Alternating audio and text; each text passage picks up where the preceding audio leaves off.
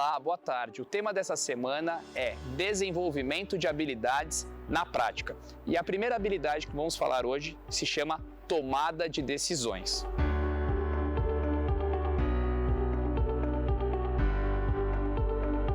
Tomar decisões é algo fundamental para um líder ou gestor de sucesso no mundo corporativo no dia de hoje. Vivemos numa sociedade que tem muita rapidez nas informações e o excesso de informação circulando gera, pasmem, desinformação.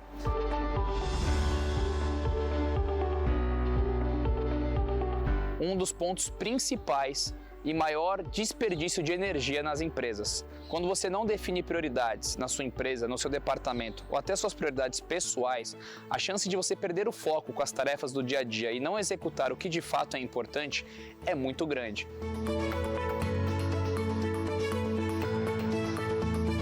Hábitos não é nada mais, nada menos do que sinapses, pontos que o seu cérebro conecta para que você consiga executar o maior número de ações de forma segura, rápido, fácil e conservando energia.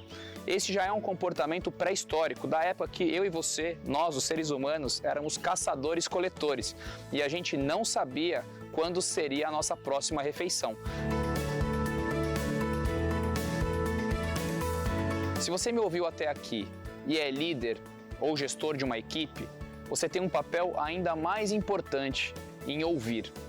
É normal numa sala em que você está liderando uma reunião, liderando uma equipe, que você tenha que falar mais que os outros. Isso não está errado, mas um líder que só quer falar, expor o seu ponto de vista, seu planejamento, a sua estratégia e não para ouvir o que a equipe pensa a respeito disso, ele está perdendo uma ótima chance de aprender coisas novas, pegar insights que só acontecem quando você está realmente apto a ouvir e receber opiniões dos outros, ao invés de simplesmente complementar a sua.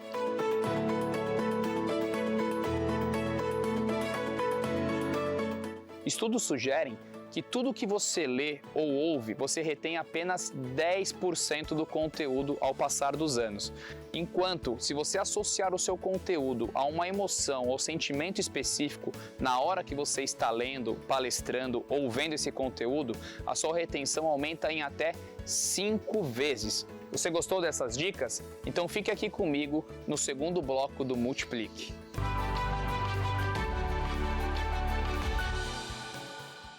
Os suplementos vitamínicos Suprimed Nutrition contam com a melhor absorção e fórmulas exclusivas, ideal para pacientes bariátricos e doenças inflamatórias intestinais. Auxilia na melhora dos processos inflamatórios, imunidade, queda de cabelo, disposição e muito mais. Conheça a linha Suprimed Nutrition, composta pelo polivitamínico mais completo do mercado, o Bariatric Fusion, o único ômega 3 com óleo de semente de abóbora e a vitamina Easy B12, o jeito fácil de suplementar.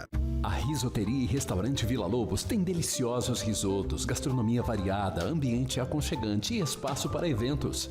Risoteria e Restaurante Vila Lobos. Sucesso há mais de 10 anos em São José, agora também em Campos do Jordão.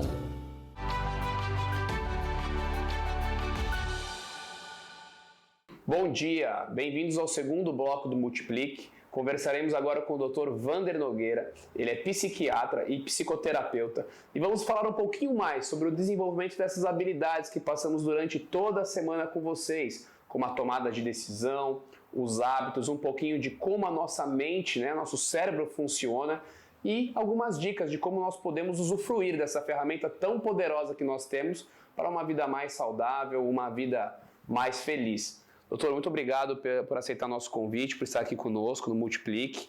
E você já ouviu um pouquinho, a minha introdução. A gente tem falado bastante sobre desenvolvimento de habilidades no mundo dos negócios, mas não somente para os profissionais, mas para o lado humano das pessoas que estão aí se desenvolvendo nas empresas, na carreira, como trabalhar de forma correta, com saúde física e saúde mental, as habilidades do nosso cérebro. Então, a minha primeira pergunta é exatamente isso. Como que nós, seres humanos, estamos nos adaptando a essa acelerada mudança que vivemos? O mundo acelerou demais, as nossas decisões estão sendo tomadas cada vez mais rápidos, um excesso de informação muito grande. Qual que é o impacto prático na nossa vida, no prisma cerebral, no prisma mental? Eu acho que talvez assim, a grande questão que toda essa velocidade, toda essa aceleração tem produzido é justamente o que algumas pessoas chamam de uma geração de portadores de déficit de atenção. Quer dizer, a nossa dificuldade de conseguirmos ter foco nas atividades do dia a dia e acho que um outro complicador ainda que é como elaborar estratégias para que ao longo da vida você consiga se direcionar para aquilo que realmente poderiam ser os seus objetivos, aquilo que exigiria tomadas de decisão adequadas e assertivas.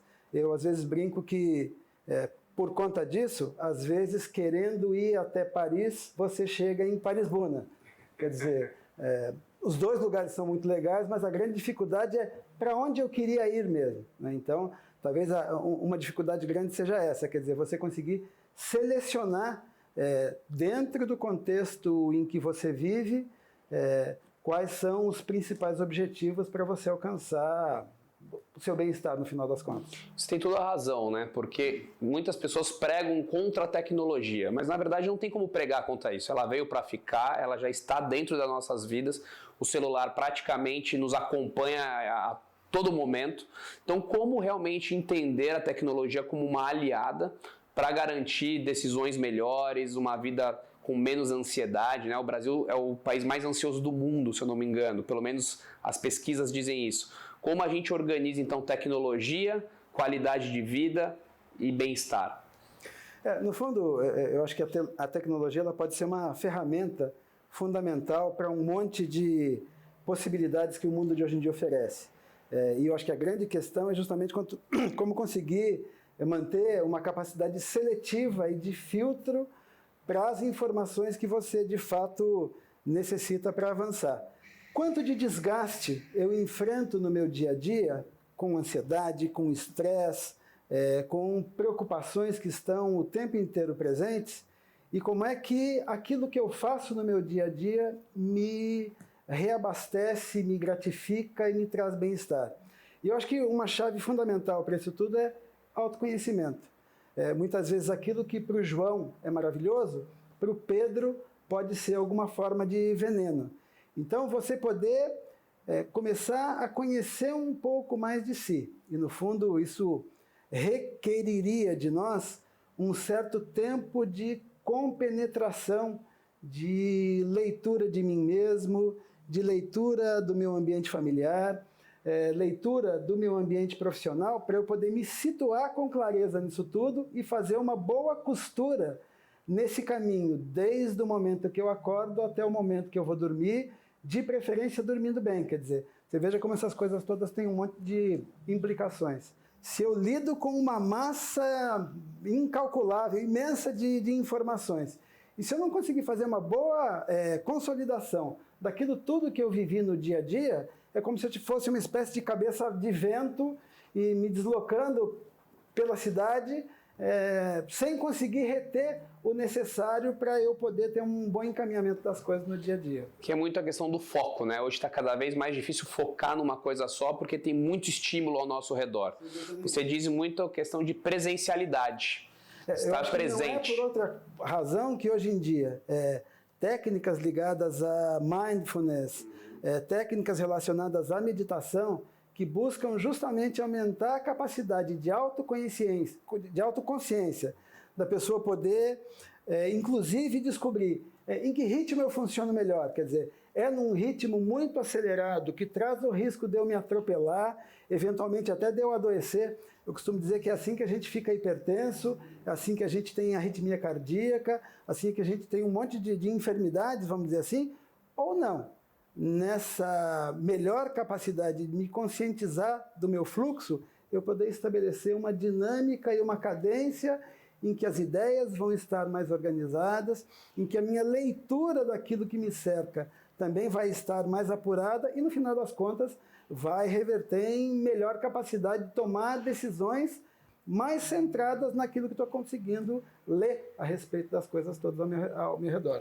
Interessante. Um outro tópico bem profundo que nós conversamos um pouco durante a semana foi a questão de hábitos. muitas pessoas reclamam que não conseguem superar hábitos ruins, né? A dieta falha, a disciplina com os exercícios falha, a disciplina em estudar algo novo, muitas vezes a pessoa desiste no caminho.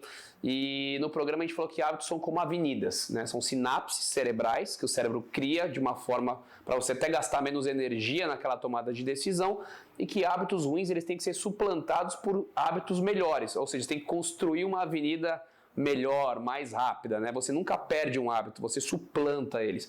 É por aí mesmo que você enxerga essa questão dos hábitos, e você teria dicas práticas de quem realmente nos ouve, tem essa dificuldade de manter uma rotina disciplinada para uma vida mais saudável?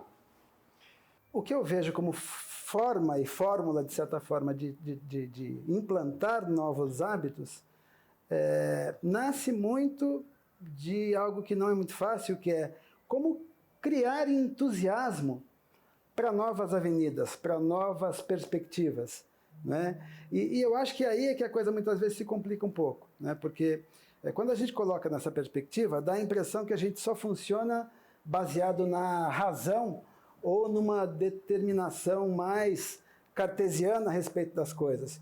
E eu acho que talvez um grande complicador na abertura de novas avenidas é justamente entender um certo grau de irracionalidade que também comanda o nosso comportamento e, gostemos ou não, também vai determinar as nossas decisões. Então, se alguém está muito determinado, por exemplo, a fazer dieta, mas ao mesmo tempo ela não consegue levar em conta a necessidade de abrir o leque de uma certa cota de prazer que ela necessita, e que no final das contas se especializou em obter prazer da alimentação, dificilmente ela vai ter sucesso. Quer dizer, muitas vezes eu discuto aqui com os pacientes, você vai precisar abrir o leque e descobrir outras formas de prazer no seu dia a dia, e aí muitas vezes você pode usar isso como oportunidade para introduzir atividade física ou atividade de lazer propriamente dito, que permita a pessoa suportar a privação que uma dieta vai determinar na vida dela. Vou tentar trazer até para uma linguagem, né, de negócios da vida humana, assim, com exemplos que a gente vê na prática de pessoas próximas de nós. Existe o gatilho e existe a recompensa. Sim. Quando você diz de autoconhecimento, talvez é reconhecer os seus gatilhos, né, o que te faz executar tal hábito. Sim. E a recompensa é essa questão mais ampla, aonde eu consigo ter a mesma recompensa. Então, por exemplo, às vezes o açúcar está me dando a recompensa do relaxamento, mas você consegue o mesmo relaxamento tomando um chá, por exemplo. É por aí? Sem dúvida nenhuma. Eu acho que, na verdade, essa capacidade de articulação interna com o mundo é que cria possibilidades de mudança. Ao mesmo tempo, eu penso que uma questão de poder, de alguma forma, estabelecer estratégias ao longo da vida, né? Eu vejo pessoas que muitas vezes se iniciam profissionalmente, estão buscando um negócio, mas que não conseguem entender que é sempre um percurso e que é um percurso que exige uma leitura dos benefícios que se pode alcançar, dos entraves e frustrações que fatalmente estão presentes num curso como esse, e você poder articular-se internamente, tanto do ponto de vista mais racional como do ponto de vista psíquico, para o enfrentamento desses desafios todos. Isso cria condições para que você realmente possa... Dr. Vander, muito obrigado. Nosso tempo é curto para um assunto tão complexo e tão fascinante como esse, mas creio que deu para avançar muito nos pontos que a gente conversou no Multiplique essa semana. Você que está conosco nesse sábado de manhã, você gostou? Você pode conferir essa entrevista na íntegra de novo no meu canal do YouTube. Fique conosco. Segunda-feira tem mais Multiplique, 1h15 da tarde, na Hora do Vale, na TV Tati SBT, com novos conceitos para nós aprendermos sempre juntos. Obrigado, doutor. Um prazer. Até a próxima. Gostou dessa dica? Só aqui no Multiplique.